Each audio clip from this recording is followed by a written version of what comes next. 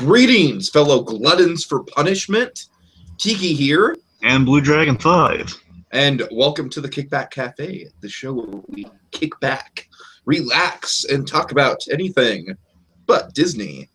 And tonight we are doing our Fan4stic I'm sorry, I messed that up. Our Fan4stic first impressions. Yeah, part no, two. It's like Fan4stic.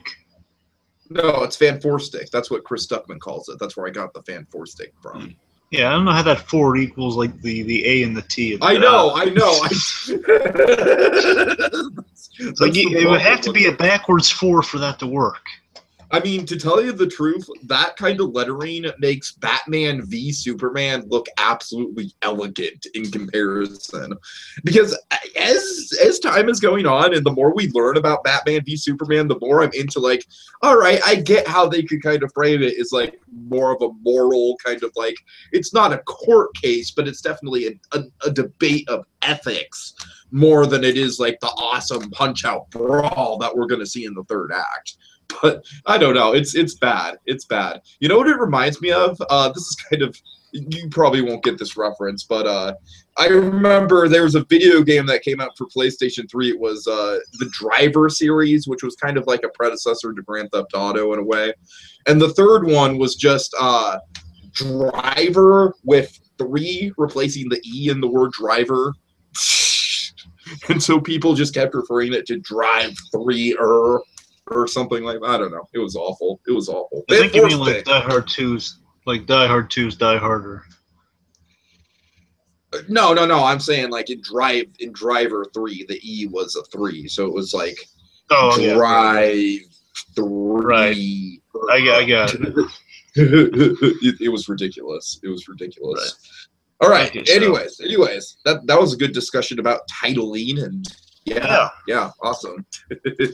Anyway, so folks, basically we're kind of continuing. We kind of decided to stretch it up because because all the good stuff's in the first part, in the first act of the movie. Basically, to tell you the truth, we spent a good chunk of time talking about it, and I feel like this movie, in just the first 40 minutes or so, has a lot more going for it than people give it credit for.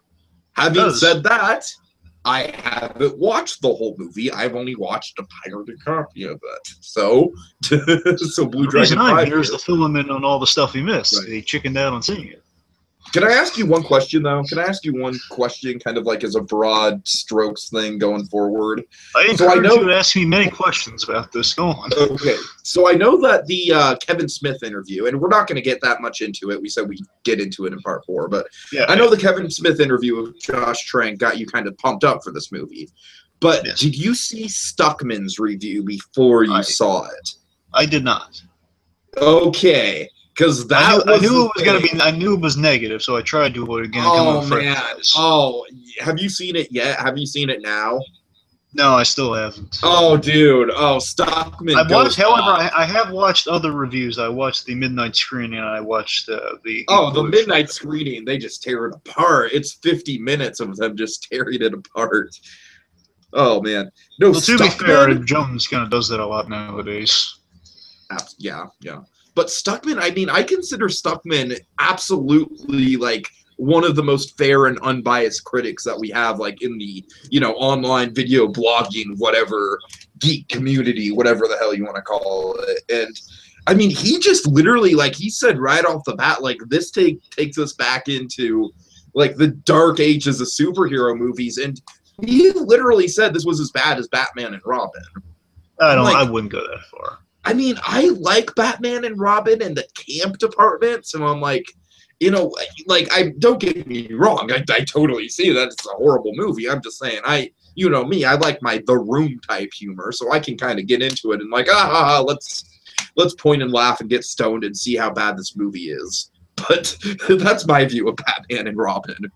But I don't know, with this, it's like, I feel really bad for Trank. And I don't know, so we need to just get into it. But you did not see Stuckman's review. You need to watch Stuckman's review because I know Stuckman does good work. I wanted to come into this one without kind of the negative. It's scathing. It's absolutely scathing. And I was just like, I can't justify paying movie to see it after that. I just can't. It's like, oh man.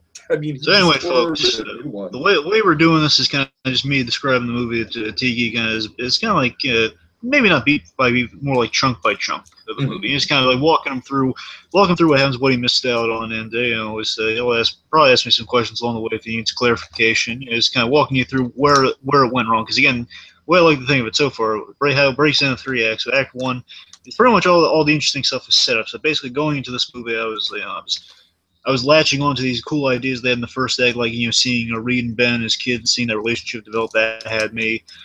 Seeing again the other 2 big things in the first act, kind of big old stand-up ones that really kind of have you want to see the rest of the movie until it lets you down, is the accident itself. Again, I was sketchy before the movie going into like how the origin of the powers. And I was, for the purpose of the movie, it really grabbed me so I could be on board for it. Okay, I can see where I honestly think how they get their powers just from the camcorder footage that I saw, it is like one of the most flat out intense like superhero origin explanations. Yeah, it's like the fly direction of the origin did work big time. Oh, dude, it's freaking terrifying. It really is. It really gets you into the heads of the characters. Yeah, as even watching, that's another thing that grabbed me in that first. Just seeing kind of this fly-style version of the origin. Like, this is different. It's kind of sold me on the plan of, like, okay, this is like how it's still going horribly wrong, like the Cosmic Storm, and it still is kind of dramatic as that, but it's through, like, some different, more horrific things. And, of course, the other element, the thing that really got me is, like, kind of that ending after the horrific realization of, oh, my God, what's happened? After that, I love just kind of transition us into where we are now, where things go wrong. I really love the ending, kind of the ending of Act 1. I call it, is like where it's basically, Mr. Fan4stic, just Reed Richards just like crawling through the air vents, seeing the thing down there. His poor buddy Ben Grimm saying, "Reed, help me!" Like and basically just yelling to him as the alarms are going. Ben, I promise I'm gonna come back. It's all frantic and really cool. It's emotional, dude, and I feel like they earned that emotion because I feel like not only the on-screen chemistry between Miles Teller and Jamie Bell, which is really good. Both of them are, good actors, and Miles Teller, of course, coming off of Whiplash and everything, so he's riding a high right now. But even like the first 10 minutes of the movie, I feel was very much kind of like almost a Goonies type atmosphere of like, or Flight of the Navigator. I think Flight of the Navigator is something I keep coming back to. Where it's like these young kids, who are just like working on this scientific thing, and I don't know. It was cool. Yeah, and boy, it's just like that. The way that first act ends is really nice in terms of kind of hypes things up of like, oh man, what is going to happen next? I mean, that was when I was like, so I have to know what happens next, and that's such a great way to end Act 1. Just simply say, Ben, I promise, I'm going to come back. Then he escapes the base. So that's where I don't know if I mentioned last time. So basically, Reed Richards. So where we left off, Reed Richards, he escaped the base and he ran off site. So basically, he was able to get out of there and he wasn't captured or anything. And then it cuts to black, and then Act 2 starts, and this is where all the holes start to penetrate. Oh boy. So Act 2, folks, so buckle up. I'm going to walk you through, because all my gripes are in Act 2. That's all my big gripes. Really? Don't get me wrong. I'm saying there's still stuff wrong. Because I've heard some really bad things about the third act. Don't get me wrong. I mean, Act 3 is not perfect. I'm saying a lot of it's in Act 2, though. That's the thing people need to focus on. A lot of the problems are in Act 2, because basically Act 2, just from a writing perspective, I feel like, and I've spent a lot of time, like as a creative writing student and everything, like, man, Act 2 is difficult. Act 2 is tricky. Even Iron Man struggles. I'm not saying Iron Man.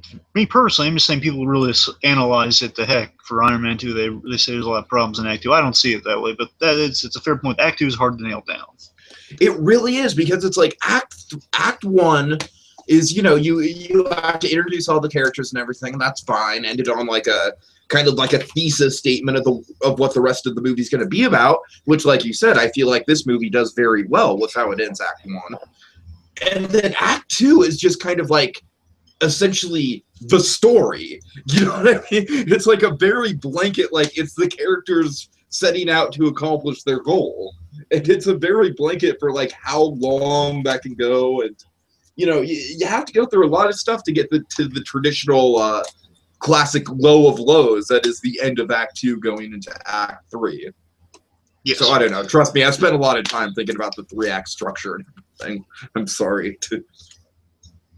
Right, go ahead, go ahead. Yeah. Yeah, anyway, so yes, basically, that ending in Act 1, it kind of hooks you for you want to know what happens next. Anyways, so basically, bear in mind, one of the big flaws of Act 2, and again, to our knowledge, you got to bear in mind until, hopefully, the fourth part of our little discussion here, we're going to be more informed of what went wrong, perhaps. Mm-hmm. Again, no guarantees on that. So basically, we're operating under the assumption right now that primarily all the important scenes in the movie, half of the important scenes in the movie were removed from the second act of the movie. So that's why there were so many problems with it. Like, all the scenes are kind of removed for Act 2. All the important scenes we didn't see. That's the main issue, We'll get into it, though. Okay. Hopefully we'll have some explanation of that in the future, but no guarantees. I got a few things here to share with you. Okay, anyway, so Act 1 is Reed Richards. He leaves Cut to Black 1 year later. And that was probably the first sign in your head. Yeah, but then again, I was thinking, okay, advancing year. What could they? My big question that's echoing in my head is going to be because this is connecting to my biggest flaw in the movie, by the way. Okay. The thing echoing through my head at this point is, makes that first act that had such a powerful ending to me. It's like, oh man, what's Reed Richards been doing? What has Reed Richards been doing this 1 year? And I wonder how they're going to pick up after that 1 year in the future. And basically, it doesn't pick up well at all. So, basically, 1 year later, and we see the government as sorry, just looking something right here, just make sure my audio. You can hear me, right? Yeah. Right. It's basically we see in the same asylum area, Area 57. I'm guessing maybe, or could be a similar base. They don't really specify where they are precisely. I'm assuming Area 57 still, still a real government base. We see the government basically has turned the Fantastic Four, or I should say 3 at this case, because Reed Richards is nowhere to be found. They've turned the team, the characters, into what they call super assets.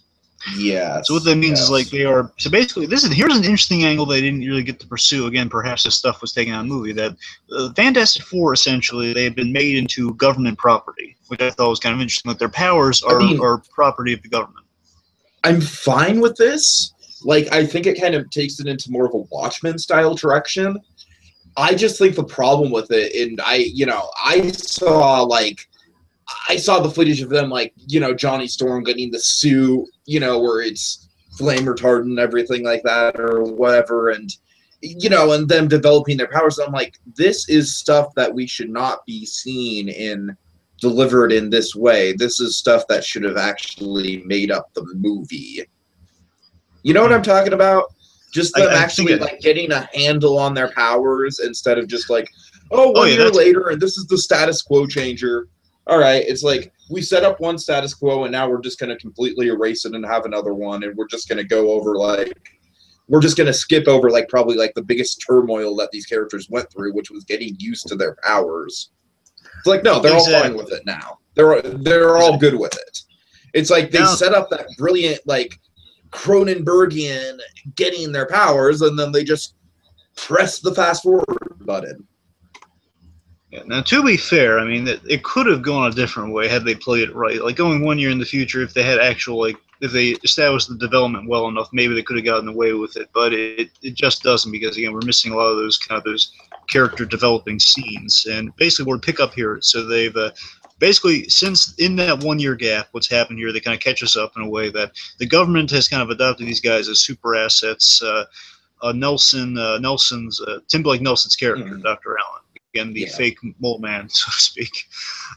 He basically is the leader. Well, I mean, but I mean, in this case, he was supposed to. No, seriously, he's going to be the leader in the Fox universe. Just watch, it'll happen. No, believe me, it's I know. I'm being silly. Sorry. Anyway, so basically, the idea is because now these are the government super assets. Nelson, they're kind of also Tim Blake Nelson's character's pride and joy. Like, he's kind of like a good analogy for this guy. He's kind of like Dr. Chilton from Silence of the Lambs and the Red Dragon. He's basically he's the guy. He's kind of the swarmy guy of like he wants to look good in front of the government, and he funded the whole thing. Basically, if you were in his shoes, like this whole project went belly up because these people we'd ruined 4 lives making this thing. So how are we going to turn this around? And basically, there was a scene. I think it was like a scene earlier, if it's not here, where Dr. Storm and him are talking. Pretty much that. Well, look, I know things are bad right now. We have to play ball with the government, or else we're in deep doo-doo. You know, we gotta play ball here. Basically, I'm making the best out of a bad situation here. You had a hand in causing along with myself. Sure. So it's kind of an understandable position he's taken here, but still, it's just such a swarmy character of like, yeah. So the fan basically like now I have like 4, well not 4. Now I have 3 things with the government, and they're all very. 2 potential, 1 big all-star I'm working with right now, and that big all-star is the Thing. The Thing is kind of the pride and joy of Nelson, because the Thing has been put into combat in this 1-year gap. So the idea is the Thing, who desperately wanted a cure, by the way, which you heard like plead to Reed, once he stopped being the Thing. Right. When he's just like begging for help there, and the idea is Nelson promised him a cure, and it's been a year, and he still hasn't delivered on that cure. And the big question that's missing from the movie is, well, why isn't he upset with Nelson for not looking into a cure? Yeah, exactly. I was going to ask you that. Like, nobody on this team seems particularly upset about what's going on. Is that a fair assumption to make? That is an absolutely fair assumption to make. Like, Johnny Storm is all chill at being in the human. Well, that's ordinary. Johnny's never really worried about finding a cure. Okay, you know what? I know that, but still, I'm saying, like, at least struggle with the physical component of it, make it a little more realistic and not just. Well, yeah, the idea now is that he knows that he can control his powers perfectly, and that's because of that suit he's wearing. And that's exactly my problem. My problem. I don't think he should be able to control it perfectly. I think an underlining element of the movie should be him not being able to control it perfectly, and it's just gone. I gotta tell you though, to the movie's credit, the effects and kind of the science of these costumes, it looks really cool though. The way that it plays out is like, I love how his Human Torch his suit works, because basically the ventilators do work with like they kind of help him focus his powers. So, like on his hand, he pushes a thing on his hand or something, and it's like built into the wrist, and basically it signals to the suit. It helps him flame on, and he says flame on, like when he like a little affirmation he says to himself. Flame on. That's cool. I could totally see Miles Teller. I'm not sorry, not Michael B. Jordan delivering that. I'm sorry. But still, what I mean? I like the way they have the effect, though. I mean, I think the practicality of the suits, that translated well enough, I think. So, I mean, people were worried about how the suits were looking. Right. That, as a prototype idea for the suit, I think it worked fine. So I'm saying that looked cool. I mean, I think the effects in general, just from the footage I've seen, is definitely like. With the exception of the CG monkey, everything looks fine. I've also heard some rumblings of like Reed Richards transforming his face at one point. Do you know anything about that? Oh, I know about it. We'll get to that. Okay. Because that is honestly like the moment in the movie that people keep coming back to out of anything else. Like that is the Amazing Spider-Man Crane moment for this movie. Okay, anyway, so back to the story. So again, basically we catch up with all our Fantastic Four characters here, and unfortunately, kind of the thing was a little hyped up in the trailers. Gets kind of then people probably griped about this too, and I can't blame them. That you see the Thing kind of in action mode. Basically, the government, they're walking by and they're seeing like footage of the Thing destroying tanks and stuff. Looks really cool. Basically, the cool Gareth Edwards. Kind of. I guess it's kind of Gareth. It's like, I guess there's going to be this really cool thing going on, but it's only going to be on an obscure TV kind of in the background. So basically, it's like him. The government's there. I'm not excited about a Gareth Edwards Star Wars movie, folks. I'm really not. Oh, you got to give him some points on that. Let's see how he does. I didn't like Godzilla, but let's not. You just didn't like it because of what they did to Cranston. I mean, yeah, but that killed. Let's not get into it. Just don't even. Okay, we always stick. Cranston always, the misuse of Cranston always sticks in our crawl, so let's not get into that. Well, of course, that is the thing that the movie did the most wrong, but there are other things about the movie. Yeah, so let's not get into it. The point is, so basically the government's here, they're checking on their assets, seeing what's going on with them, like how far their powers are developed, how are they now, all that sort of stuff. And they're walking by and we see on little screens and things of the Thing kind of laying waste to tanks and stuff. Basically, he's been put into combat. Mm-hmm.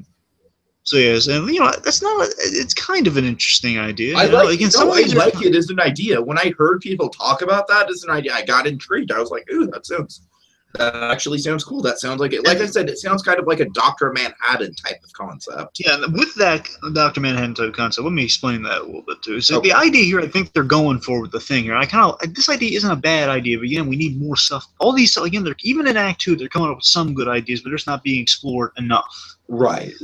Because this is one of two ideas primarily, like in Act 2. So one, the thing being put in kind of the idea is the thing similar to Dr. Manhattan in a way, and it's kind of funny they're both not wearing pants with a Dr. Manhattan. It still bugs the crap out of me. I thought about that. Yeah, you're right. That still bugs the crap out of me. Why the thing does not have pants? Yeah, because it was someone's job to animate the thing's rocky asshole. And one thing though, so regardless, in the fourth part of the Kevin Smith interview, we are getting an explanation to the thing without pants. Okay. So whether it's regardless of if he has pants or if he doesn't have pants, the actual CG turned out a lot better than I thought it would. Yeah. It really did. Like I actually do think, looking at it, it is a step up from Michael Chiklis. Just because, like, Michael Chiklis, I appreciate that it's practical, but at the same time, the way he moved in it, or the lack of the way he was, it was just awkward. You know what I mean? You could tell it was like affecting his performance. I disagree with that, but I won't get too into that. I respectfully disagree. I see where you're going from. I don't view it that way. I think that this is the superior looking thing. What do you think? I don't think so. I think the Michael Chiklis one did it a hair better. I think they're both really good, but I think Michael Chiklis one, for me, I guess with the Michael Chiklis one, I just have a craw with that movie in terms of the way that just, oh, Johnny Storm and the freaking sitcom, oh, you just buy the face. Well, that's the way it's supposed to be. That's how it is in the comics and everything. That's one they got right. The dynamic between those two. It's dumb. That's how it always. I'm fine that they have a dynamic. I just, like, I'm not fine with the fact that in that movie, it felt like there should have been a laugh track. Okay, anyway, so basically, the thing being put in combat, the idea there with the Dr. Manhattan angle is that he's kind of losing his humanity. Basically, there's a question of maybe, again, we don't get any answers to this. Maybe he doesn't need a cure anymore. Basically, what if he went through the whole thing arc within that year of, like, I'm looking for a cure, but then what's the point? I have no humanity left in me whatsoever. Pretty much the thing is really sad and depressed in this movie. Well, that's understandable, good, right? Well, I mean, not good for him, but it's understandable. Well, I know, but from a character development standpoint, that's good. Yeah, I mean, it's understandable that, he's the person. Again, one answer is to, like, how he got to that point, though. That's a problem. It's like, right. He's just sad and defeated about it, and we understand why he's sad about Reed not being around. Definitely because Reed promised he'd come back for him, and he didn't. Mm-hmm. Yeah. So again, that's feeding into my big gripe. We'll get to that. Oh boy. So you just wait. I'm gonna rail. I don't really know much about it. So I know, I'm gonna rail into it. You'll wait. Okay. Anyways, basically, the thing has been put into combat. Maybe he's lost some of humanity. So basically, he's just accepted his place of being a tool, and piggybacking off of that. So the overall idea with all of the government angles of Fantastic Four, I think, is actually potentially an interesting idea that their powers were brought on by a government project. Sure. So basically, in theory, their powers belong. I mean, it could be seen as, like, if they wanted to be all, like, technical and jerky, like the government can be sometimes. Yes. That basically, your powers came from this program. We fund it, so we own your powers. And by proxy, we own you people, which is not a pretty issue. I think it's an interesting issue, though. Like, well, are we no longer human? Well, no, you're not, which means we own you. Uh-huh. So I'm saying that doesn't get played with enough. I mean, the ideas hinted at there, I think, would have been interesting had they. And that just seems like a problem with the movie in general, is that, like, the things get hinted at, but, like, nothing really comes into fruition. It's as if the director and the writing staff, it's as if everyone involved in this movie is like, hey, let's plant a bunch of, like, really nice looking flowers, but let's end the movie before those flowers actually have a chance to bloom. Yeah, like E.T. didn't get to get better, Right. Oh, God. E.T. is actually the movie that my film teacher taught me the 3-act structure in. So, like, the low of lows being E.T. dying. Yeah. I'm like, yeah, that's a very specific, like, low of lows that I can latch onto. Right. Okay. And speaking of the Yeah, remember I was going. But the point is, in Act 1, we God, I lost my place. Darn it. See, thing it was. Johnny. Okay. Anyway, so I guess moving on then. Moving right along. So again, overall, a big problem is we're missing 3 action set pieces, and I bring that up because with the thing in combat, I'm sure we're missing the scene where he jumps out of the plane awesomely and he kind of lands. Exactly. It's like I have never Can you think of one time where they literally take the money shot of the entire trailer and just cut it out of the movie? Because it's not unheard of. It's not unheard of to have shots from trailers be cut out of. I'm saying they. Well, remember Ted 2 lost. I remember Ted 2 lost the whole action car chase they had. That's a recent example though. Yeah, but I'm saying they made a point. In the editing of that trailer, they made a point to be you want to watch this movie specifically to see Ben Grimm jump out of a goddamn helicopter or whatever. And that's just not there. He's trapped like a bomb, Tiggy. That's the idea. Gotcha. Okay, I remember what I was saying. I'm sorry. So what I was saying is, in Act 1, you have basically the bit where Mr. Fantastic, he has to escape from this place. He has to escape from the facility, and that's the idea. These guys, they're not allowed to leave. Remember, there's that horrifying scene at the beginning where he's at the end of Act 1 where he's basically put under anesthetic when he's asking, "Where's Ben? Where are my friends?" Right. Increased dosage of anesthetic. Basically, they won't answer him at all. So basically, you see how the government's mistreating him here, not treating him like people at this point, despite the fact they are actually pleading like they are people, which they are. Mm-hmm. Sure. So I'm saying that's what I'm sorry. That's what I was going with. Anyways, yeah. So 3 kind of basically. So what has been said officially is that way in the beginning of the production process, 3 key action scenes were removed, and we don't know if there were any replacement action scenes put in there that were also removed. So I'm not quite sure what it precisely was removed. I just know a lot of things were removed. Does this movie have any action scenes besides the finale at all? Let's see. So again, that's a thing. It might all. Let's see. So basically, the action scene that really, I guess technically, it's the. It kind of boggles my mind that they managed to make a movie with less action than the original Tim Story Fantastic Four. Yeah, really, the only action you have is. The only action you really have is the origin, really. But that's not really an action scene, though. That's more of a horror sci-fi. Yeah, let's just say the closest thing you have to an action scene. Again, this is barely an action scene itself. It's just kind of the bad guy doing a lot of damage. Let's just say that comes in the 3rd act with Doom. Wow. So basically, you get kind of 2 action scenes with Doom. It's bad. It really just goes to show you, the Tim Story Fantastic Four. I mean, they. Oh wait! I'm sorry. Wait. There's one more. There was an important one at the end of this act, so there's another one. That's what it is. So they spent so much time in the Tim Story one on, dopey sitcom antics, and with this, it's just if they would have spent a lot of time Chronicle style on character development and everything, that's cool, and that was present in the 1st act. But as we've already said, it's they pushed the fast forward button on the character development, so they kind of just wrote themselves out of that one. Right. Okay. So let's continuing with our kind of our reintroductions of our characters. They're walking by and they're seeing how they've come along in their progression. So we see Sue. She has a really kind of cool bit here where she can, she's in an area where she's surrounded by all these shipping crates. And this is in the trailer too. It's basically this cool bit where she uses her force. She turns them invisible, turns herself invisible, and she can use force fields blow them across the room. Right. They all are sent to the corners of the room. So that's cool. And again, I like how her suit looks. By the way, I'm saying it looks kind of neat. I think Sue Storm in general, we can agree, is an improvement over Jessica Alba. Yeah, I think no competition. She is, unfortunately, this actress to me seems like she could have made a good Sue Storm, but she, out of all of them, gets the largest shaft in terms of not being able to do anything in this movie. Right, that's definitely the vibe I got too. I mean, yeah. I'm sure she's a good actress. I've heard a lot of good buzz about her from House of Cards. I haven't watched House of Cards myself. And I'm sure from what you've heard also, as well as myself, from the Trank things, that she had the most to do, it sounds like, and then it was all cut out. Exactly. So she's essentially the rogue of this movie. Well, yeah, she's the Days of Future Past Rogue in this case. Exactly. That's what I'm saying.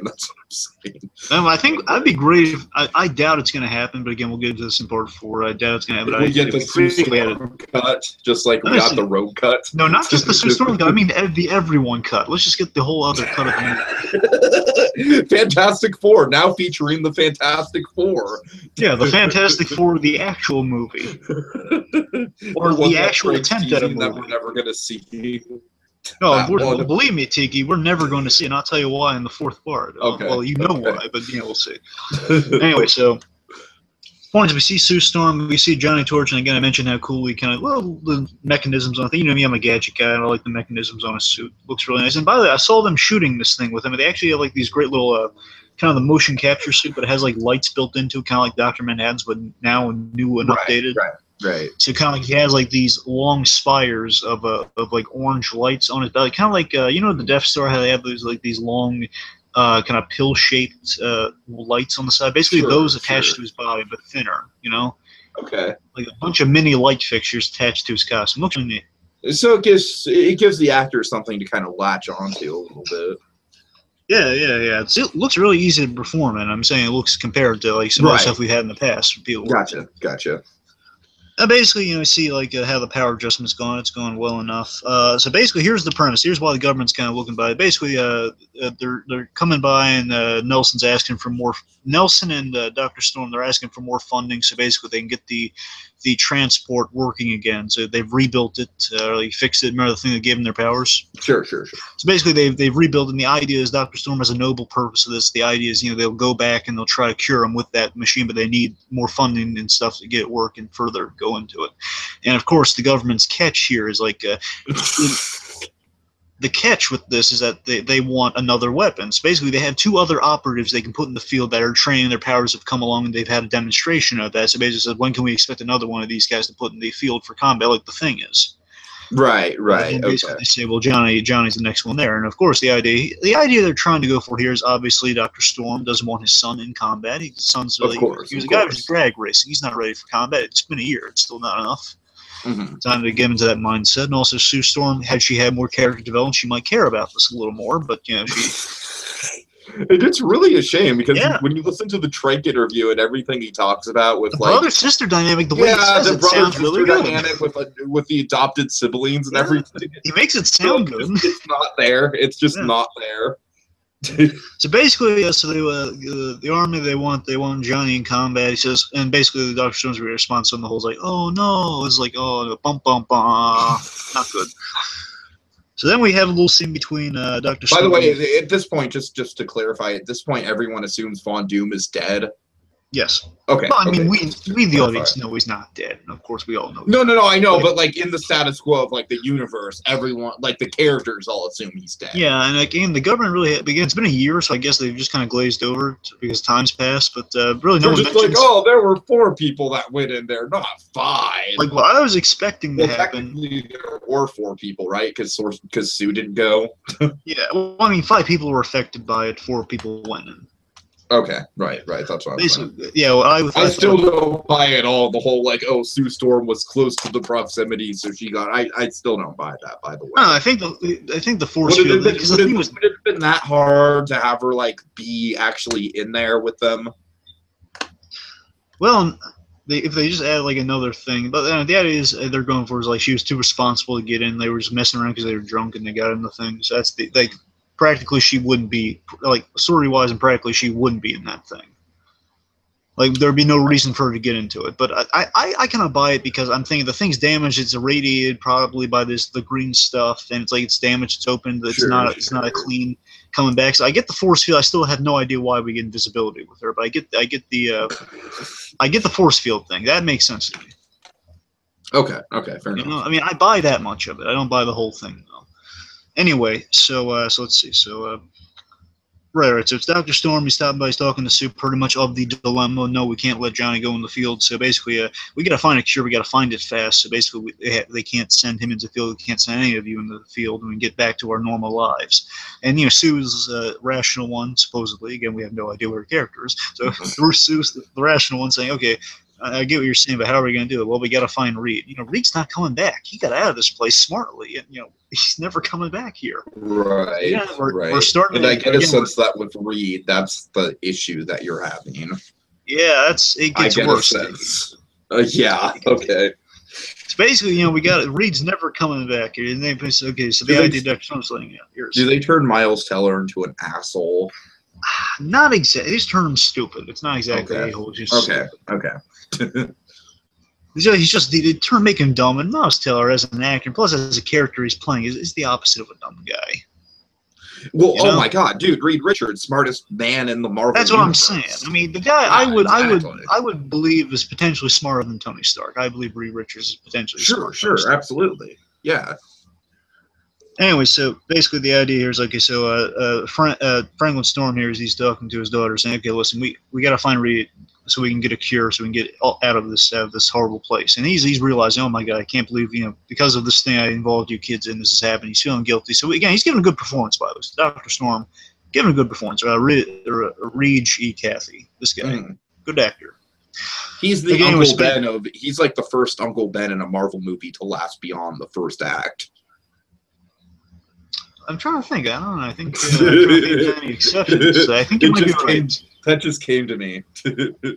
Yeah, I was thinking. Yeah, Ernstine is in one act only. Yes, that's fine. Yeah, that works. I think you're right. All right. Anyway, I don't know. I think some people might say like Whistler, but from Blade, but I can't remember. Oh, I forgot about Whistler. Yeah. I don't know. He's a mentor, so I guess he's in the Uncle Ben, but I'm not going to get into it anyway. So the idea Whistler here was around before Uncle Ben was a thing, though. Because I feel like Uncle Ben doesn't even really like apply to comic books as much as it does to comic book adaptations. You know what I mean? Right. Where they always like it was just like they recycle the exact same tropes over and over, and the origins might be similar in comic books, but just seeing it in movie form, like Daredevil, Ghost Rider, blah blah blah. I don't know. I'm going on a tangent. Anyway, so Sue basically using her. This is some people complain about this. I think it's fine to give her a hobby, but it took up because there's no character development. It pans out real quickly. I mean, it phases out real quickly. The idea that, you know, her hobby is she listens to music and she listens to the patterns when she's doing stuff. And the idea overall that she can find patterns and things. That's why she's on the project. She can detect the anomalies and tune things to the right frequency and stuff. So the idea she's going to use that talent to track, look for patterns within like all the information, all the data and stuff. See if she can track down where Reed Richards at, like any emails and stuff. Where she could track them down, like phone records, anything. Basically, look for a pattern. And this to me, here's another real silly. This to me is just plain silly. And I don't buy Reed Richards doing this. Like, if the movie had been better, I would have given this an exception. But no, this is like one of the many flaws back to it. So she tracks him down, and she tracks him down using. Remember, I mentioned in the first part that they were exchanging things that might have been actually character bonding things. Just phase out that she has her music and he likes Captain Nemo. So his email is like, oh yeah, that's right, Captain Nemo. Yeah. It's like, so his email, she tracks him by finding the email Captain Nemo 33. So that's him. Okay. I'm thinking, Reed Richards, you've been on the lam for about a year. Yeah, that's not very subtle. No, look, I'm not Harrison Ford. I'm not The Fugitive. I can't speak to this exactly, but, you know, just using, if I were Reed Richards in this case, you know, if I'm on the run for about a year, and I'm the smartest man, supposedly I'm the smartest man in the whole Marvel universe, supposedly. If I am, I'm thinking, you know, who's going to track me if I escape from this specific facility? Either one of these guys that work higher up than them, or maybe what they probably use, someone who knows me, who kind of knows me. Again, had the movie had more development, who would know me? Seuss, Ben, yeah, but he probably wouldn't be too smart and help him track me down. Secondly, Sue Storm, second smartest person in the place. Now that I'm gone, she probably will be forced to if she doesn't do one of her own accord, because I cannot abandon these guys. What would she do? Well, she would use stuff she knows me from, because we have no character development. The only thing we really bonded with is email. So, you know, of all the things I can use for an email address while I'm on the lam, again, basically Incredible Hulk style on the lam, you know, what am I going to use for an email? I know, Captain Nemo. Makes perfect sense. Yeah. He'll find me in 2 seconds flat. Yeah, I mean that's like the one conversation that they have that bonds them together, and yeah, I mean, yeah, that's in me. Again, had the movie been better, had there been more scenes of development, I might have bought that a little more. But no, it's stupid. That's dumb. Okay, so then when you catch up with Reed Richards, he's in, I believe, like Central America. So part of me was thinking, wow, they're really going for a Hulk vibe. Yeah, again, I like that's what I like in the Incredible Hulk vibe, like him on the, building things from scratch, like, indiscriminately around the world. So basically, the idea is Reed Richards is building something. What he's building, we have no idea. Big problem, by the way. Now, apparently, I found this out recently. This is a recent development. So, the Fantastic Car actually was in the movie. Really? Okay. Yeah, and I could be wrong here. So again, we have no idea how it factors into the plot. Basically, they were all driving around and they're looking exhausted, getting out of it in one take. So I'm assuming. So that'll be in the cut of the Fantastic Four that actually features the Fantastic Four. If we ever see that, which we won't, sure. So the point is, the Fantastic Car basically it had a kind of a neat design. I didn't get like a good look at it, but like in the one scene they showed of it, like with the green screen, like the effects not done. That's how I know how the Human Torch looked without the effects on. So the idea looks like it's that's either after a non-existent action scene or that's like how they get to Act 3. I'm assuming. Basically, it factors into the plot some. I assume that maybe it was the logical reason how they get to where they get in Act 3. Right. But the point is, the Fantastic Car was like a fun throwaway. That would have been a good payoff if you asked me. Okay, I'm not working on that anymore. Oh, well, look, I'm working on it now. The Fantastic Car, remember? Exactly. Yeah, right. That might have been a cool payoff. And basically, he's looking for some part. They don't explain what part he's looking for. So I assume when I was watching this movie, he was never reveal what he's working on. No, these basically all they hint at. Really? Here's what I assumed. Tiki. So Sue is like she's looking through stuff, looking for patterns before she happens upon the Nemo email address. It's she tries to look at what he's been looking at under that email, and basically he's been looking up the thing and trying to tracking the thing, maybe to find out if they're all okay and stuff. Okay. Basically, my assumption is piggybacking off that he was keeping his word to Ben by looking for a cure. I assume he was working on finding a cure by building another interdimensional machine, like he did at the beginning of the movie as a kid. Okay. With parts he found. That's what I assume, but he might have been building a Fantastic Car. I don't know. That would be the cooler idea. So the point is, either way, I'm not sure. I assume the only logic I can get from, again, very little logic to find in this, but the only logic I can determine from is that if I walk in there, the government's going to If I walk in there, the gun's just going to take me prisoner. Maybe he's smart enough to figure that out. So I'm basically trying to build like an outside cure so I can just bring it to him, break him out of there, and bring it to him so we can cure ourselves. Maybe that's what he's thinking. None of that is explained, though, so that's a big problem. Right, right. You see what I mean? And it makes Reed Richards look like a very bad man. It does, yeah, yeah. However, we do get cool stuff with Mr. Fantastic. So there is a bit of a bright side to the stuff here. So again, I like fugitive Reed Richards. I mean, I hate the fact that he may have promised Ben saying, I will come back, and then just abandoning him. I hate that. But I like the idea. He's only, just the idea. But you don't think the movie does a good job of explaining why he can't?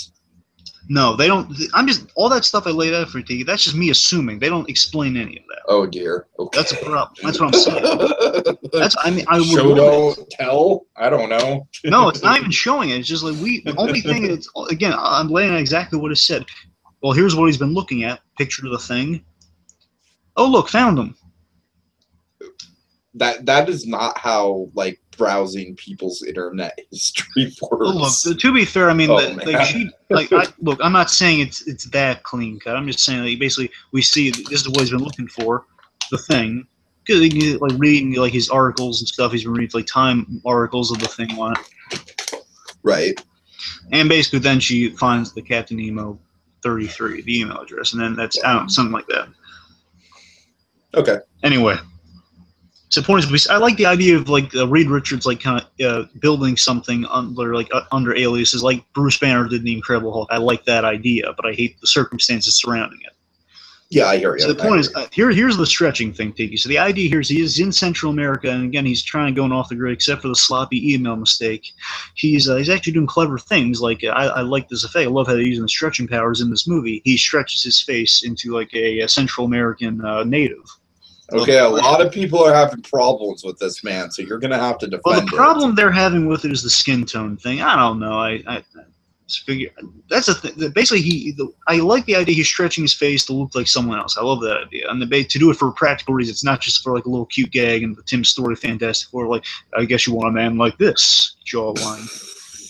Exactly. Yeah, I'm saying, don't worry, I like mundanity like that, but that just doesn't work for me. But I'm just saying here is for a practical reason, which I liked. So that's why I had no problem with it. But then people are bringing up, like, well, when they know he's just like a white version of that, I'm thinking, this is going to sound mean, but I'm just saying, well, if like put dirt on his face or something, they cover it up. Or makeup or something. I don't know.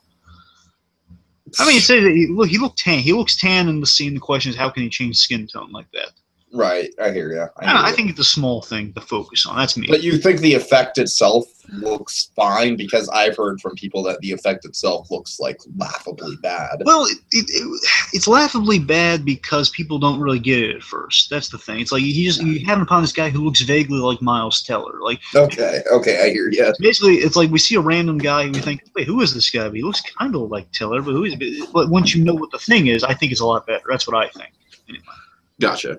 I'm saying in when you have full context, it's a lot better. So at first you're thinking, what is happening here? It looks kind of strange. Right. I guess I'm more in love with the idea than just how it looks. Maybe I don't know, but I think it looks good enough. I don't know because I think the rest of the effects are so good. I'm fine with that one. Yeah, absolutely. The effects in this, I mean, granted the technology's evolved a good decade, but the effects for everyone involved, and I'd say the person that probably got the best upgrade was Mr. Fantastic, because my god, yeah. the effects in the Tim Story Mr. Fantastic, it's awful. Yeah. Oh my god, I'm still scarred by the image of Mr. Fantastic reaching for toilet paper. I'm just like, okay, that wasn't. No. I'm saying it was silly as all get up. I'm saying effects wise, it wasn't that bad. It was a cartoon. I was like, I'm watching a cartoon. There's nothing about this that is real in the writing or the execution or the effects. I'm saying there are worse Mr. Fantastic stretching effects than that one. That's what I'm saying. I'm saying that's the moment in that movie that pisses me the hell off, though. See, here's where we're disagreeing on the whole comedy montage. Like, I like the Johnny Torch human thing, but I hate all the other comedy stuff they're doing in that scene. That's the thing that really gets me. Well, that's what I'm saying, though. Like, I don't even mind. Like, I'd have to go back and watch Chris Evans' Human Torch. Like, I don't even mind him. I just think that literally everyone else having these goofy... Like, I get that the Human Torch is essentially, like, the Spider-Man of the Fantastic Four. And this is stuff Johnny Torch would do to the thing. That's why it doesn't... So that's exactly what he would do to the thing. Right. By the way, I read Spider-Man comics as a kid, and I was introduced to the Human Torch through Spider-Man. So, very good. He and Peter Parker were good pals. Yeah. Right. Of course. Well, they read out a lot of time, but they were good pals underneath. Oh, I love the dynamic. I'd love to see, like, it'll never happen. I'd love to see the Human Torch and Spider-Man in a movie together at some point. Okay, well, I think the closest we could maybe come to that is maybe Deadpool and the Human Torch. I don't know. Okay, well, buckle up. We're getting close to the end here, okay? Oh, dear. Okay. Basically, we got like 2 scenes left, okay? So basically, with this, Reed Richards, so again, the idea is he's stretching into another appearance to buy a part from a guy to build a machine that we're assuming is for the cure, but he's outside of the realm, which is, again, logically to me, I would think... It's his Deus Ex Machina machine that never even gets explained in a Deus Ex Machina kind of way. Well, it doesn't help at all, though. So we don't see the machine. We don't know what the machine's for. Just he's building something, and then this next scene. Like, do we see bits and pieces of what he's building, or is it literally just like he buys parts and then we never see him actually physically work on it? Well, I mean, we see his workspace, and like he checks the computer, and like he has stuff on a table. That's about it. We don't see him working on it. This is baffling. It's like he buys the part, he's at home, he puts it on the table, then he checks the email, and then here's their next scene. So then he hears noises, and he starts to flee for it, and then he realizes, and here's the cool action scene. So then he's accosted by a bunch of soldiers. This is in the trailer, but it's a cool scene, though. This is probably my favorite action scene in the second act, though. Actually, out of the whole second act, is probably my favorite scene in the whole second act, this first part of this. Because, again, I think the effects on Miss Fan is really well done here. Is that, okay, so he's accosted by all these soldiers in the woods, which is a decent setting for it, So he's got like a bunch of soldiers like circling around him, guns drawn, saying you're under arrest. Not under arrest, you're coming back with us.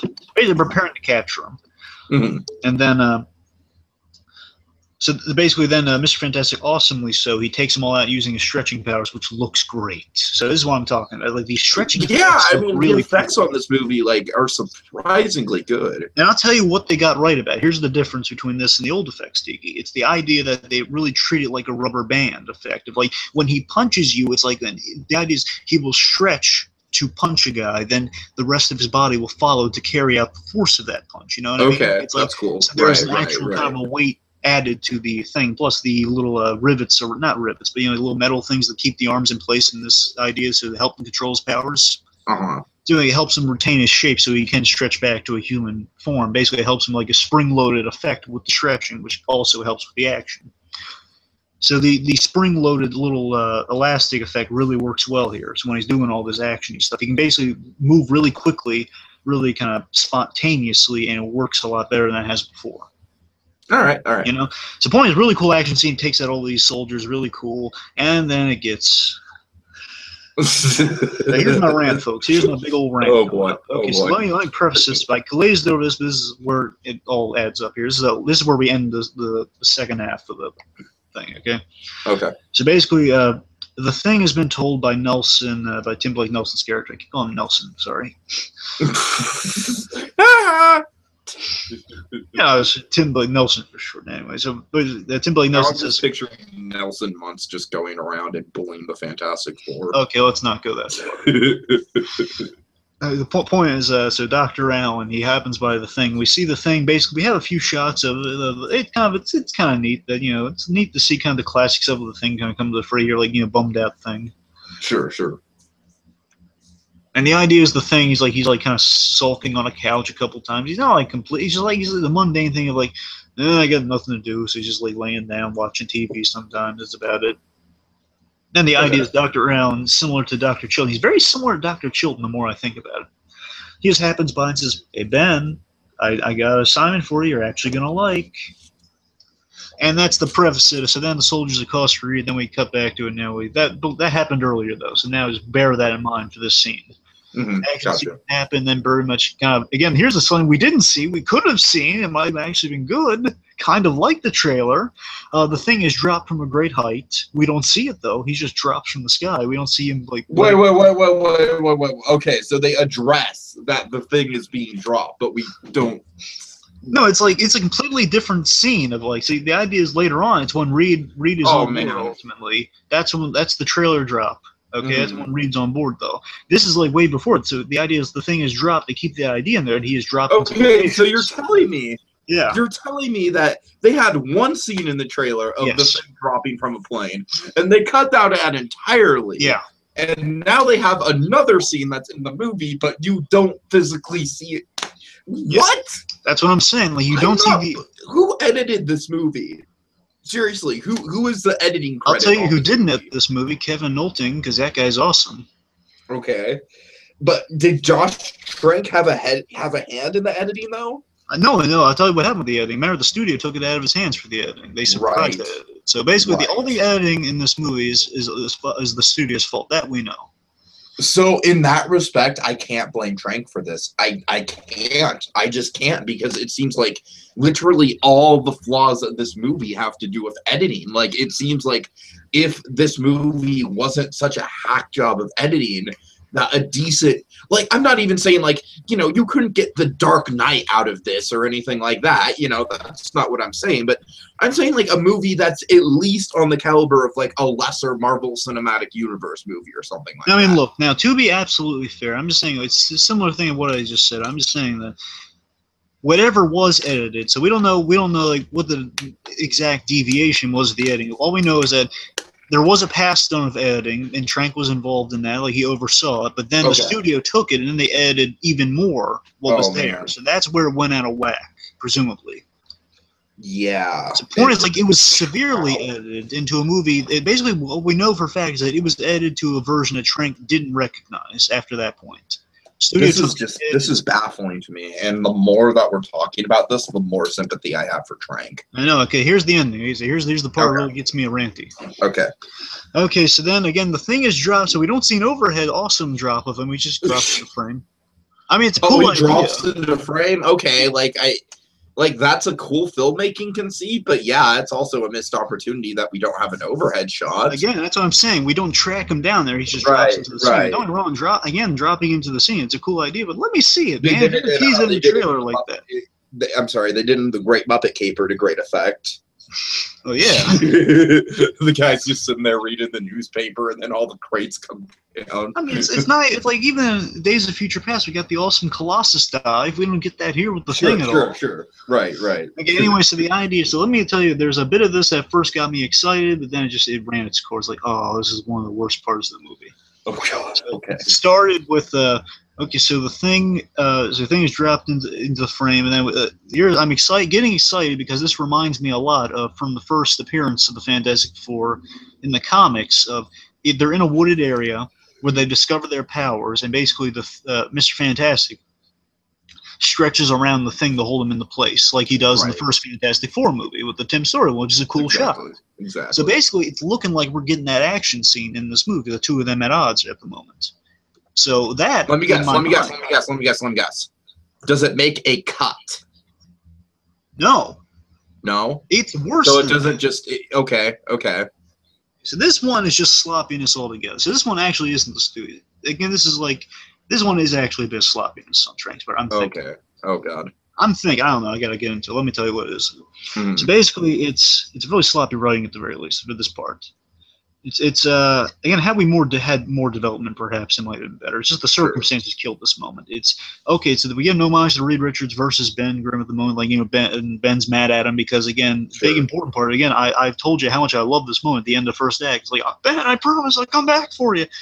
And Ben, understandably, is peeved at him for not coming back with no explanation to it. Now, Reed Richards, I'm saying, if I were Reed Richards, which I'm not, but if I were. Now, here's the moment. Thanks for clarifying that. Just so we have it on record. So here's what pisses me off about. Okay, here's what really pisses me off about this movie. I like Reed Richards. He's one of my favorite parts of the Fantastic Four. I love Reed Richards. So, okay, so Ben obviously is mad. You see it's a potential for a bad misunderstanding. And it's like, you betrayed us. You left. Okay, you get it. That's there in the movie. You understand why he feels that way. Now, Reed Richards smartly should say, listen, Ben, we would get explanation of what that thing he's building is had they gone this route. Saying, listen, if it were me, I'd say, listen, Ben, I know I promised you, and I'm still fulfilling that promise. I'm building a thing because I can't just walk into the government facility, or they're going to make me you're basically going to treat me like an object, and I won't be able to help you guys. That's what he should have said. Something like that, just pretty much explaining himself. Okay, and what's he do? Here's what he does, and this is what pisses me off. Again, bear in mind, Mr. Fantastic, smartest man in Marvel, perhaps. Right, yeah. So that explanation, I'm not a genius by any stretch either. But again, I think that's a logical thing to do. That's the Kim Wexler approach. yeah, of course. So here's what he says. So basically, it says, Ben, I can explain. Okay, what? And this is after he punched the tree awesomely. By the way, just one. Nice. It says, listen, Ben, I can explain. Well, explain what? Then he says, I'm no good to you, Ben. I'm no good to anybody. What? So basically, he basically just starts beating himself up. Yes, he just says this is my fault. That's all he says. We know that. Okay. Oh, man. Or either we know that, or you're just blaming yourself. That's not an explanation to what happened. That's not helping. No, it's really not. No, not at all. No, not in the slightest. Exactly. So the point is, that is the worst thing to say in a situation you have someone who's peeved at you who's triple your size. It's like, yeah, no shit. That's why I'm pissed off at you in the first place. Me, if I'm accosted by a guy the thing's size, I'm going to tell him all the truth. I'm going to try to I'm going to do the Walter White thing where I'm raising my hands in defensive mode, saying, listen, hear me out. You know the bit from Breaking Bad where he tries to grab Jesse Pinkman by the shoulder, but then he goes in the defensive hands up position. That's me. Right, yeah. That's my favorite comparison for whatever you want to talk to someone non-confrontational. So you put the hands up, no, listen, I'm with you here. Just don't hurt me. Okay. So pretty much, he just says, I'm no good to anyone, Ben. I'm no good to you or anyone. But no, I'm sorry. He just says, I'm no good to anyone. And then Ben headbutts and knocks him out and says, I know that. And that's it? That's the end of Act 2. That's the end of Act 2. It might as well, because Act 3 goes by like that, so I thought that was the appropriate place to cut it off. And I think that's actually where Act 2 ends. Basically, that's the low point. Yeah, the worst part of the movie. Yeah, in the story structure, yeah, it is. It sounds like it'd be the low of lows, sure. And to me, it sounds like the worst part of the movie also. But it also is kind of a low point of like, okay, their friendship. The idea is like Mr. Fantastic is in a low place and Ben's in a low place, knocking the good guy out. So that's the idea. Right, okay. Suppose a good guy who ran away and did nothing for a year, it would seem, but again, with no information from the story. Oh, dear. So that's the end of Act 2, folks. All right. So... yeah, so thoughts overall on Act 2 before we get into Act 3? Again, a lot of the biggest flaws in the movie overall are starting Act 2, and I'll explain when we get to Part 4, like what really Act 2 on the whole did wrong. But all right. all my flaws are in Act 2. That's it in general for me. All my flaws are in Act 2. Like, from what you said, it really sounds like this was just a hack editing job. And, granted, some things are kind of stupid from a writing standpoint. That's fine. Like, I feel like that happens a lot with superhero movies, frankly. But, yeah. I think we're missing like 20 minutes from the Act 2, Sounds like it. Maybe more. I don't know. The point is, like, again, we're missing those three. They describe like those 3 action set pieces for like kind of the. It's like in the Tim Story version, for example. In the Tim Story version, you have like the bridge scene, which is one of my favorite scenes of that movie. Well, but barring the Invisible Girl stuff. Basically, bridge scene. Yeah, it's nice to put that asterisk. Yeah, but seriously, I love the bridge scene except for the Invisible Girl stuff the Invisible Woman stuff because that's stupid. Oh, you guys, Jessica Alba, she's hot and she's taking gloves off. Get it? No, it's not just that. It's the fact that it has no bearing on their situation whatsoever. It's just stretch over the people, Reed. Seriously, just say out of the way. You're New Yorkers. Shove some people around. What gives? Says, why does she have to be on? I don't get it. Anyway. The point is, so you have like that scene, you have the Doom face-off, and you have, of course, the origins. Those are your 3 main action set pieces in that one. So in this movie, there were 3 big action sequences, and they all had to get removed early on in the process, which threw Trank off. And when he was trying to fill those in, I guess assumed he had other things in place, and then all that stuff got cut out too, which made the whole thing a incohesive mess. Right. So the point is, with that stuff missing, all of that stuff is probably removed from the second act, which again, Fantastic are removed, so all of that stuff removed. All right, so I guess we will get into Part 3 later on. So any word to tease that up? Well, let's just say, don't hold all your instincts. I'm not going to say it's going to get any better. It's not going to get worse. It's not going to get worse. It's not going to get better. It's just going to be there, All right, fair enough. It's going to be there. All right, stay tuned, folks, and stay Fan4stic.